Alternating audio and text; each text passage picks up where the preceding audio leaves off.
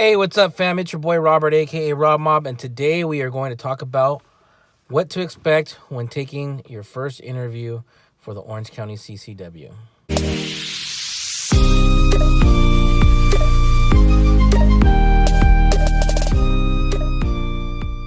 All right, fam. So today we are going to talk about how my first interview went for the Orange County CCW process. So I didn't take any montage video or anything like that. Um, there's a respect for the process that I wanted to take. It was either take good video or have respect for the process, and I rather have respect for the process because YouTube is something I do for fun, and this process is something I wanted to do for me. So I wanted to have respect for the process. Um, so I ended up going into the Orange County Sheriff's administration office, I guess it is.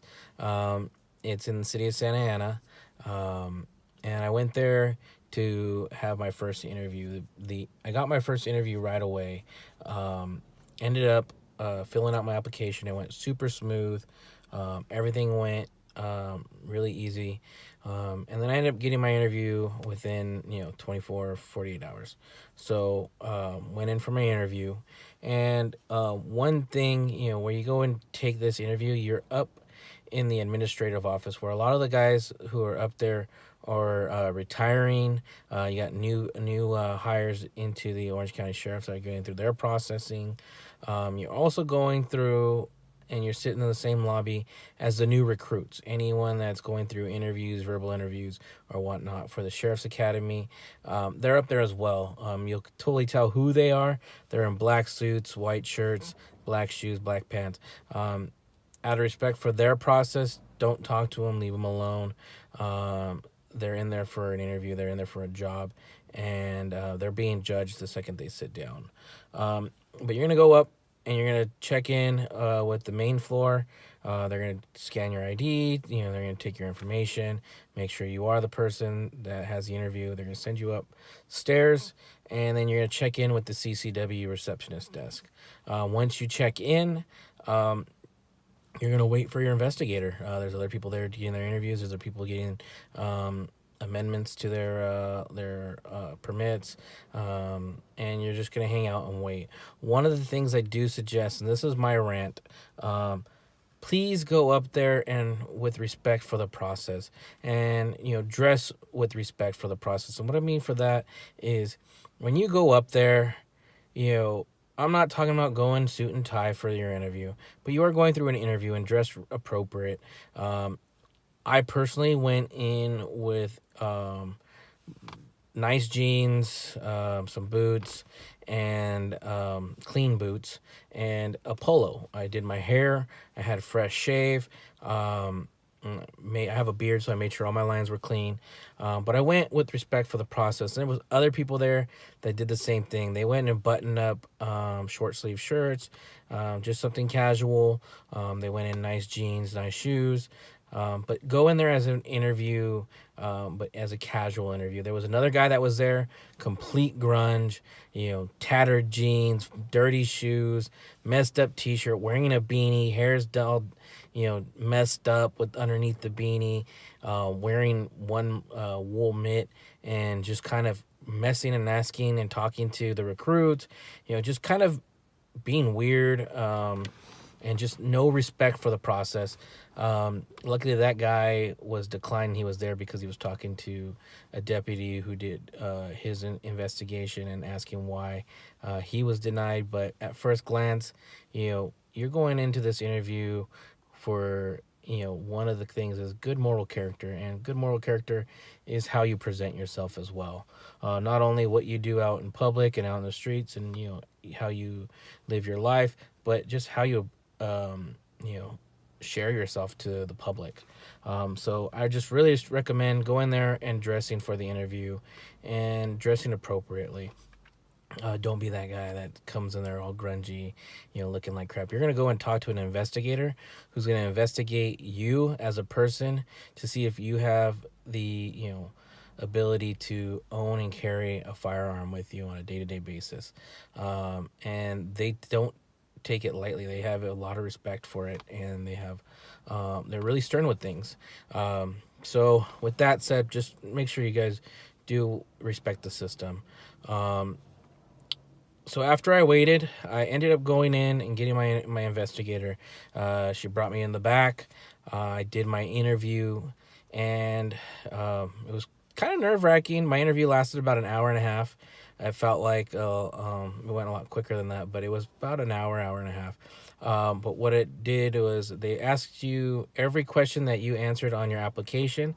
They ask you in person. They ask you why you answered that way, why you had the good cause that you did, and they want to see you in person answer these questions, because then they can say, well, you answered them on paper and you answered them in person.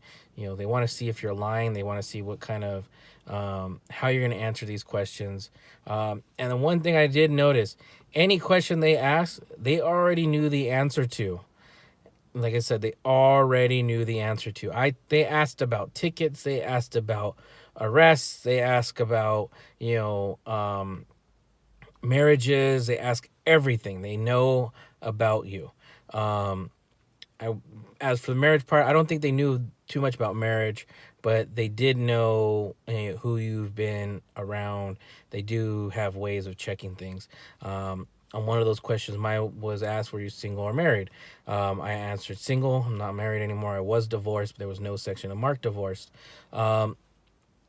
They asked me about that. Why are you divorced? How long has your divorce been? What's your attorney's name? What's your attorney's phone number? Reasoning for the divorce. Has there been any contact since your divorce? Luckily for me, my divorce went really smooth. There was no attorneys, there was no assets, no children, nothing involved. It was just a clean cut divorce. Went to a notary, got it, signed and notarized. Went, processed, everything was good. Done. I haven't talked to my ex-wife in years, and that was it. I told the investigator that, told her it was reasoning for my divorce. My divorce was due to my accident, my motorcycle accident that I had, back in 2013, and things just didn't work out, with me going through my recovery and everything like that. So they did notate that. They are going to check that, and then after that, they asked some other questions. Where do you live? What's your last known addresses for the past 5 years? My case, I moved around a lot since my motorcycle accident, and a lot of it was due to moving in with family. Then I moved out with friends. Our lease ended and moved out. We moved to a newer house, a bigger house. Our lease ended. I got in a relationship, moved out with her, lease ended. So I had a lot of addresses in that last 5 years. I had about 6 addresses. They asked me why. They asked me where I was, what I did, why I was in and out of new addresses. I had to show them, I had to explain to them why each address I left.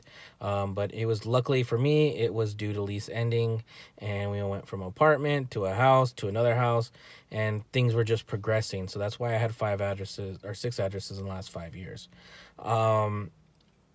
With that, they questioned that, and they had all the addresses. They knew exactly where I lived, where I was registered. They also asked questions of tickets. They asked on the application, they asked, have you had any tickets and received any, for any violation? I answered, asked in the last 5 years, I believe it was. I told them no, I hadn't had any tickets. Then I answered that no. But when they asked me in my interview, she asked, "Are you, did you have any tickets?" I said, my last ticket I ever had was in 2005. That was done. It was a speeding ticket. It was going like a little bit over the speed limit. She's like, any other questions? Any other tickets? I said, I did have a ticket back in 2016. I was accused of speeding. I fought the ticket. Officer didn't show. They dismissed it. She asked questions about that process, about that ticket, where it was, what happened, how did it go, and I explained everything to her. So she had looked on her computer, and I could see the ticket and that it was dismissed. Later on, a couple of questions later, more questions asked about my answers, there was a thing: have you ever been had a restraining order on you? I have never had a restraining order against me, but I was part of a restraining order back in 2003. Told the officer that. She looked it up, fact checked it. Within 2 seconds, she had already had the paperwork and the restraining order up on the computer. Asked about it, what had happened, who it was, and my name was there. Asked if I had any aliases. I had an incident where my name was used as an alias. She looked it up, already had it fact checked. So these questions, they're just trying to see if you have good moral character and you're going to tell the truth. One of the questions, I answered correct, truthfully, was, have you ever done any drugs? I told her when I was a teenager, I tried marijuana. She said, have you tried any drugs? We don't count marijuana. That was my investigator. She just said, so you just tried marijuana? I said, yes. I was a teenager, doing things. She's like, no, that's nothing. But have you ever tried any other drugs, any opiates, anything like that? Never used them, never been a part of them. So asked depression, anxiety. She asked if I ever was admitted for, any psychiatric care. Never was. And yeah, that pretty much really everything I answered on my sheet, she asked about. Even the gun that I put down on my application, she asked about it. Corrected things. One of the things with my good cause, she asked about it. I used my accident plus some additional information. And your good cause is your good cause, so you need to apply for that and use that. Many people are not going to give you their good cause, because you should have your own good cause and know what it is and be able to back that up. So my interview went through. We finished. We basically talked about everything. I signed, I thumbprinted, and she made some recommendations to me. She went through my supporting documents. She deleted some and told me she was going to delete some of my documents, saying, hey, when I turn in my final report, these won't be the best documents to use. My proof of address, she wanted some more supporting documents, just because I moved around so many times, and she wanted more secure proof of residency. I used my lease agreement, I used my phone bill, I used my car registration. So she was fine with that. She also wanted, for my good cause, some supporting articles to show that there was a need for what my good cause was and for my situation. So I showed her. I later had to submit those. And then she told me, hey, do you have your firearm safety certificate for your CCW? And during that time, I told her no, I was waiting for this first interview to go apply for my CCW classes. She looked at me, she was like, why'd you do that? And I go, I was just told, wait for my interview before taking a class, and then go, after I do my first interview, take the classes. She said, well, after going through her interview, going through everything, I would have put in the recommendation for your approval for your CCW if you had your classes. But since you don't, you need to go to your live scan and your class. And my question was, if I would have had those, would I have gotten my approval today? And she said, I would have taken your application, submitted it to my her managers, and told them what she felt, and I could have possibly had my permit that day. So my last video, I did recommend that you take your firearm CCW class before your interview and before your application. But I only recommend that if you know for a fact that you're going to pass all the background checks and you're going to pass everything. You have nothing to hide. So I recommend that. Get your live scan done, get everything done, then submit your application right away. Your certificate's only good, I think, for 90 days while you're going through your process, and your live scan's only good for so long as well. So take your classes if you want right away. As soon as you pass it, as soon as you get your certificate, as soon as you get your qualification for the firearm that you're going to use, submit your application, and I guarantee within 72 hours, 48 hours, 24 hours, you will have an appointment scheduled. The Orange County, they're obligated to give you an answer within 90 days of filling out your application, and the average turnaround time is said to be about 6 weeks.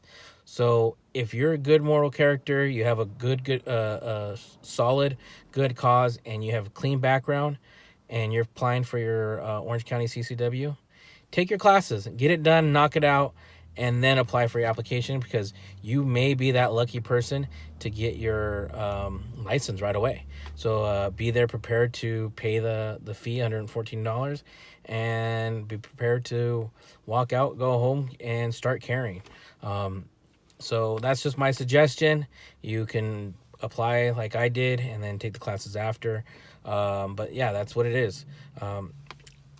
I personally am not going to take my CCW classes right away due to finances. Things came up while I was going through all this process where finances had to go elsewhere.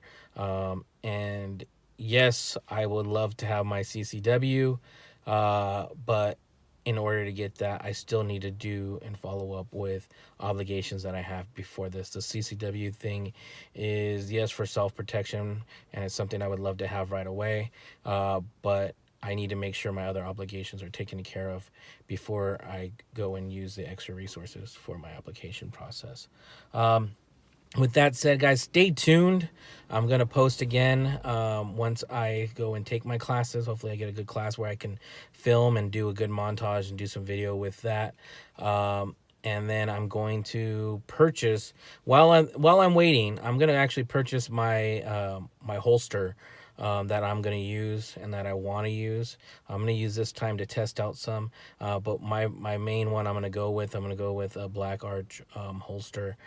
They look to seem to have the most comfortable hybrids that I really like to use with the most retention. So I'm going to try those. I'm also going to try their appendix carry holster, and I'm going to walk around with an empty holster just to get used to it. I'm a bigger guy, so I'm going to have some adjustments that I'm going to need to do. So I want to get those done while I wait for this process and get comfortable wearing a holster, in my waistband. So, yeah. So with that said, guys, thank you guys for watching. Please like, subscribe, and ask me any questions, and I'll try to answer them the best of my ability. If you're on Facebook, there is a Facebook group called, I want to say it's called CalCCW. I'm going to link that below. Go add that group if you're in California. They have a lot of information. People ask a lot of questions. They have a lot of people that have great, solid answers for all of California. Luckily, Orange County has some really solid people on there that are always active. So if you're in Orange County, you're going to get answers quick. If you're in San Bernardino, Riverside, and LA, you're going to get answers quick. So I would suggest to use that. I'll link that below. But other than that, guys, stay tuned, keep watching, and please like and subscribe. We'll catch you next time. Peace.